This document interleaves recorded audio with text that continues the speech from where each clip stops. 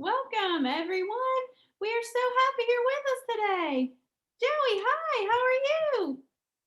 I'm doing great, Maddie. It's good to see you. I'm having a great day myself. Good, I missed you. I've missed you too. I hope you had a good week. I did, it was the best. What about you? Good. Just stuff in school and hanging out. Did some stuff with my friends after school, just regular stuff. But I had a good week. Great. So, Joey, do you know what day it is? Hmm. Oh, yeah. It's Epiphany 5. The time, where we're learning about when the wise men followed the star to where Jesus had been born. Yeah. Yeah. Hey, before we go on, let's say our children's creed with the kids. I don't want to forget doing that. Okay. I believe in God above. I believe in Jesus' love. I believe the Spirit too comes to teach us what to do. I believe that I can be kind and loving, Lord, like thee. Amen. Yes, today is Epiphany 5 because it's the fifth Sunday after January 6th. Yeah, I can't believe it's been that long already. I But something else I was thinking about earlier, you What? know, it's fun to think about superheroes and superpowers, isn't it? Oh, yeah. Like flying or seeing through walls or even being invisible.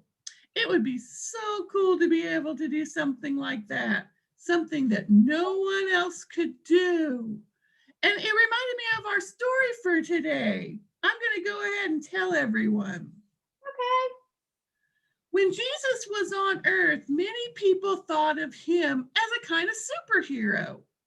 Right after Jesus chose his disciples, he visited the home of two of them, Simon and Andrew, two of his new disciples. When he got there, he discovered that Simon's mother in law was very, very sick and stuck in bed. All Jesus had to do was touch her hand, and she was instantly healed. There was a huge shock to her and everyone else. I mean, it was just such a huge shock to everyone. She was healed. How had this man done this? That was impossible. But it wasn't impossible because Jesus really did heal her.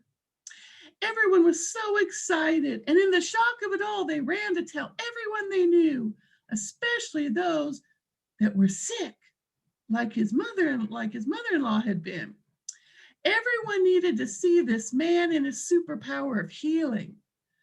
People after people just kept coming to the door, and Jesus touched each one of them, healing them of anything that they had wrong with them.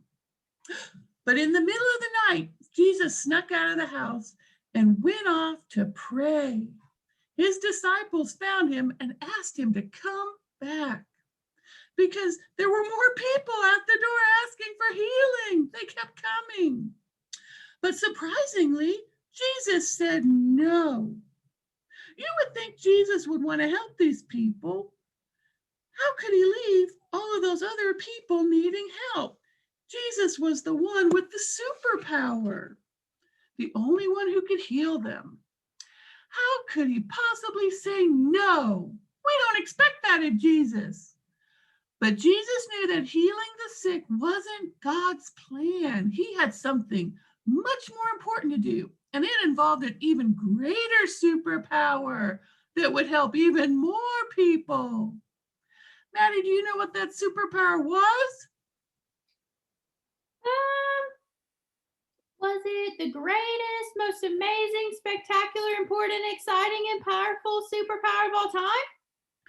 Yes, it was Jesus could save our hearts, everyone's hearts, even though healing the sick was very important. Jesus knew it wasn't nearly as important as saving our hearts. Our hearts, Maddie.